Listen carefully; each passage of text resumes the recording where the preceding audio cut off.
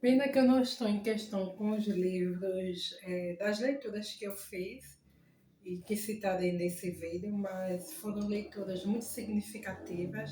Está aqui anotado no meu caderninho de leituras gerais. É um caderno que eu faço anotação desde 2013 para contabilizar os livros que eu leio durante o ano, para eventualmente, se eu tiver dúvida se eu li um livro, conferir aqui. E é basicamente esse controle manual que eu acho muito pertinente, porque é algo que não depende de um login, de um dispositivo ou qualquer outra coisa, né? E a mão a gente vai, confere e olha. Eu sou a Mônica, você está no meu canal literário, Mônica Leitora Erudita. Desde já peço, se você não é inscrito, clique no botãozinho para se inscrever, ative também as notificações, assim, todas as vezes que lançar um vídeo novo você saberá. Curta esse vídeo, comente também, deixe um recadinho aqui para mim, se você gosta tanto assim desse conteúdo e quiser me ajudar no engajamento. Compartilhe no zap com uma pessoa amiga, aquela pessoa que você sabe que gosta de livro, de literatura e de programas culturais. Através dessa tua ajuda, através desse teu engajamento, meu canal vai crescer. Se você não me segue nisso, segue lá, arroba Mônica Leitora Erudita. E fica aí a dica para você me seguir no Instagram, na rede literária, na rede social. Vou deixar na descrição do vídeo tanto o Scooby como a minha wishlist com os livros Desejar Já a Amazon, caso você queira me enviar um livro ou qualquer mimo. E fica sempre a dica, você adquirindo algum produto pela Amazon, use o link de algum canal que seja afiliado à Amazon, porque assim você vai ajudar algum produtor de conteúdo digital. Eu vou falar, estamos em julho, mas eu vou falar das leituras de junho. Eu confesso que ainda estou muito atropelada em termos de leitura. Sigo com os projetos de ler na Agatha Christie, os livros estão ali. Inclusive, isso aqui é uma leitura atrasada do mês de abril, que foi uma leitura de um conto. E já que eu citei ele, eu vou falar rapidamente. Se chama Enquanto Houver Luz. Eu gravei um texto de livro para essa história. E essa história aqui, ela é interessante porque, e acho que no trecho de livro que gravei, que vai sair brevemente no canal, possivelmente quando esse vídeo opinião do mês de junho sair as leituras, já vai ter saído esse vídeo, mostra bem assim do que se trata a história, né? Que é uma história de um triângulo amoroso e essa mulher, ela vai viajar com o atual esposo para um lugar, uma fazenda de tabaco, e a gente percebe que ela tem segredos em relação ao seu passado. E Enquanto Houver Luz é uma citação do conto, mas que traz luz a essa narrativa. Gosto muito disso. A Christie, ela sabe ser irônica, ela sabe brincar com palavras como um bom escritor e faz esses encaixes que são muito pertinentes. As outras leituras do projeto eu vou dar sequência.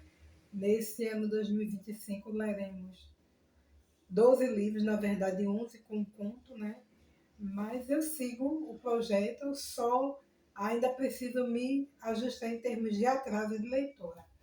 E aqui no caderninho tem as leituras que eu fiz. Aí eu queria citar Ao Cair da Noite, é um livro de contos de Stephen King. E eu li alguns contos. O que mais me chamou a atenção foi A Corredora. Eu acho que tem um plot twist muito bom, sabe? É uma história que parece ser comum de uma mulher que corre, mas a gente vai ver um cenário um pouco diferente, meio que me lembrou a história da, da Garota do Lago. E gostei muito. Infelizmente eu não consegui terminar esse livro, não porque não quisesse, mas eu fui na biblioteca e não é mais permitido várias sucessões de renovação. Então eu posso pegar o livro, renovar, salvo engano, 2 vezes no site, mas depois disso ele tem que ser entregue. Então a biblioteca do Sistema S Sesc Pernambuco, ela dá um período de 24 a 48 horas para reliberar aquele livro. Aí eu tive que entregar, peguei outros livros que eu estou lendo, que só vou falar nas leituras de julho, mas aí, nesse regresso à biblioteca, eu retomarei esse livro ao cair da noite, e justamente eu tenho começado o grande conto que eu tenho curiosidade, que é N, que está nesse livro, e é uma adaptação para graphic novel, a posteriori, claro, né, adaptaram, e lendo esse conto eu não consegui terminar. Parece até história, né, de produtor de conteúdo digital, inventando falas engraçadas, mas foi a pura realidade. Pura realidade. Inclusive, na Biblioteca Pública do Estado, eu peguei outros livros, devolvi outros, que eu falarei em julho. E quero. Eu estou lendo o Buick 8, de King, e lá tem o concorrente, que era um livro que eu já tinha interesse em ler, comentei com as meninas do grupo, um grupinho que eu faço de literário, né? Que são alguns produtores de conteúdo, como Tabata, Tamara, Camila, Edviges, que gerencia o canal do Sobrinho Davi, e Flaviana. E eu tenho comentado na live que Tamara e Camila fizeram, salvo engano, ou só foi a live de Tamara, e depois ela comentou, Mônica, a Suma vai lançar. E realmente a Suma vai lançar o concorrente, fica aí a dica. E bora falar dos restantes das leituras. Eu li Fragmentos do Horror, de João Ito, é uma graphic novel, e foi ótimo, é muito bom o quadrinho, esse fragmento de horror, ele brinca com a capa de um quadro muito conhecido, que eu acho que é o Grito, ou o Susto, algo assim, mas são histórias que vão puxar para esse fragmento de horror histórias muito pertinentes, acho que histórias que se encaixam muito com a cultura japonesa, e história mesmo de mal assombro. Curti, amei, assim. Se eu tiver a oportunidade, lerei mais coisas de Junji Ito. Eu acho tanto o traçado bonito, com as histórias, é muito bom. É um horror muito bom, um terror muito bom. Aí li também Black Hammer, A Origem Secreta, volume 1. Eu tenho em casa, acho 2 ou 4, mas um eu não tinha lido. Aí achei ótimo, porque eu vi o início das histórias que eu já conhecia quando eu li o volume 2 ou 3. E nessa história é muito emblemático a história da Nébula. Eu não sei se eu estou me confundindo e estou falando de leituras que foram ditas em outro vídeo, mas acho que não. Aí li Evangelho por Sangue, do Ryan Bonk. Ryan, tem outra pronúncia, eu anotei. Ele é um evangelista alemão, já partiu, radicado nos Estados Unidos, viveu muito tempo lá e fez conferências ótimas. E apesar de não concordar com essa coisa pentecostal, acho muito interessante as ponderações dele que ele faz da oração para o evangelismo e o papel da igreja. Então fica aí a dica para quem gosta de literatura cristã. Li de Bernard Cornwell, Morte dos Reis, e eu acho que é o volume 6 ou 7, eu não lembro, eu não anotei aqui, mas está avaliado no Scooby. E aqui a gente vai ver a partida de Alfredo, né, o grande rei. A gente vai ver outras coisas, sempre nas narrativas das comunicações, a gente vai ver a relevância da parede de escudos. Mas o que é emblemático nessa história é a morte de Alfredo, a sucessão do filho, o tweet no sentido de apoiar o filho, né? E a importância de Alfredo na história, gostei muito. Quero pegar outro livro, quero dar sequência, mas como eu estou lendo King e outras histórias mais, aí eu vou devagarinho, num ritmo menor, demandando essa série. Aí li 1817, Amor e Revolução, de Oliveira. Esse quadrinho é adaptado da mesma obra, da Noiva da Revolução, que eu tenho em casa, estou aqui olhando para ele. E é uma história muito bonita, Mas a gente vai ver aqui o casal, né, que foi o grande casal homenageado da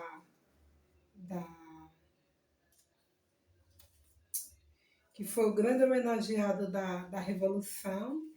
Em 1817, Pernambuco foi desvencilhado do Brasil, da coroa portuguesa, teve Constituição, esse período durou cerca de 2 meses, 70 dias, e é isso. Então fica aí a dica desse romance de Teodoro e Domingos e Teodora, porque a relevância desse romance, porque Domingos ele era brasileiro e a Teodora era brasileira, mas filha de portugueses e não se casavam.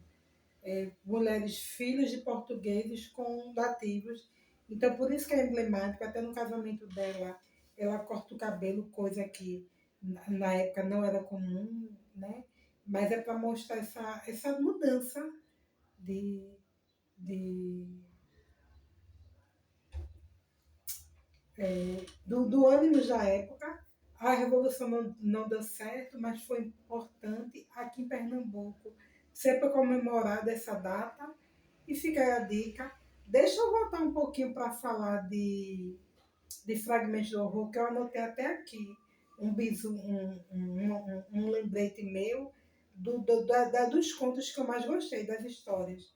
Que foi A Mulher que Sussurra e Pássaro Negro. Dissecação também é bom. Mas o que eu gostei da Mulher que Sussurra é porque eu acho que é aquele terror bem contemporâneo, mas que traz elementos muito do cotidiano, do comum, do que é habitual. E é uma mulher que entra na vida de um homem, mas muda ali o ânimo da família, da casa, é bem significativo. Aí deixa eu ver mais o que foi que eu li, além de Amor e Revolução. Tô lendo outras coisas, mas aí, como eu disse antes, eu vou falar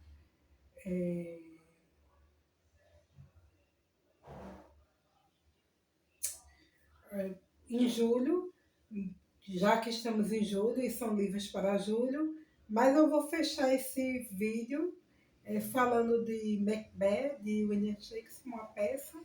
Mas antes eu quero citar aqui, além desse conto, de alguns contos que eu li ao cair do livro Ao Cair da Noite que ficou em aberto, eu assisti Sonâmbulos, uma adaptação da obra de Stephen King, de 92, e Sonâmbulo é quando King faz um roteiro específico para o cinema. Aí deixa eu falar agora da leitura. Não acho que foi mais expressivo, eu gostei de tudo. Eu gosto de tudo que leio. Mas Macbeth, para quem não conhece, conta a história de Macbeth e ele, num dado lugar, ele recebe a visita de 3 bruxas e elas dizem que ele será o futuro rei da Escócia.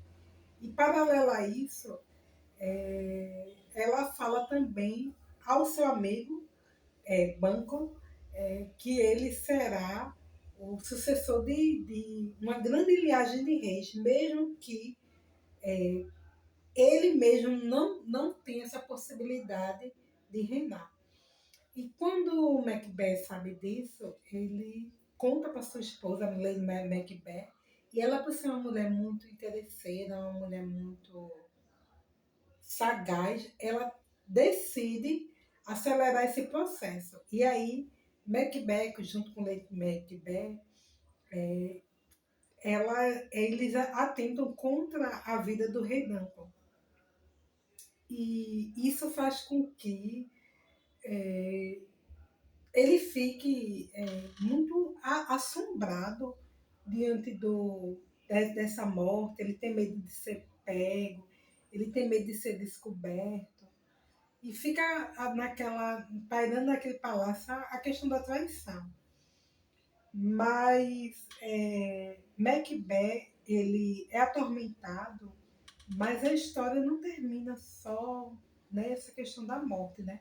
Porque como toda tragédia de Shakespeare, a gente vai ver o desenrolar dessa, dessa morte e as consequências do que acontece.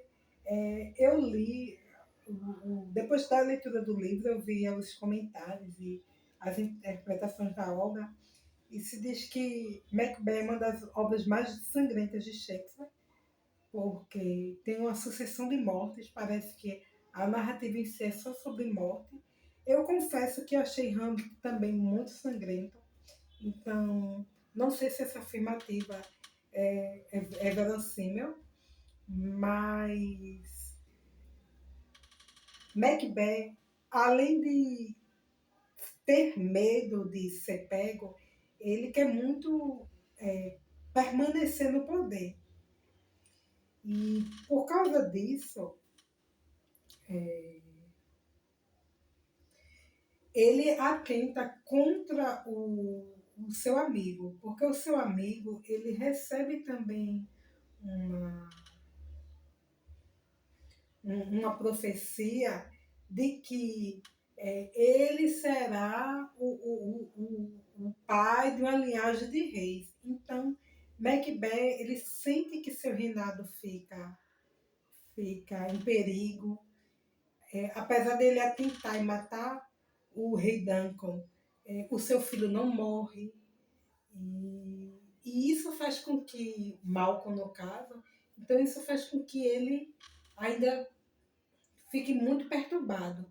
O desenrolar da história é um desfecho que eu achei tá ok. Existe um Lorde Macduff que ele vinga a morte do rei Duncan com a ajuda e a inspiração do seu filho Malcolm, mas penso que é uma história que ela puxa muito para a questão da lealdade, da questão da sagacidade no sentido do que os homens fazem para alcançar o poder. Pelo menos foi essa impressão que eu tive. Acho que Macbeth ele representa muito essa questão do que homens poderosos fizeram de uma forma destemida para alcançar o poder. Acho a narrativa muito sugestiva e de empoderamento em relação à Lady Macbeth. Ela é muito importante na obra. É um livro fininho, mas ela tem muitos diálogos, muitas passagens. É uma mulher muito ambiciosa, muito gananciosa. Aí a gente vê a ponte da relevância e da influência de uma mulher sobre um homem, mesmo que diretamente ela não assuma aquele poder, mas ela influencia muito e eu gostei muito. Eu não tenho maturidade, confesso, para dizer qual obra de William Shakespeare eu considero a melhor, porque gostei dos sonetos, gostei das tragédias, dos romances, das comédias. Talvez as comédias menos, mas gostei muito. E sinto que leitura tem muito a ver com o nosso mundo de aspiração. Acho Otelo uma obra fabulosa. Talvez Hamlet seja sua obra mais expressiva e Macbeth, mas eu particularmente gostei muito do,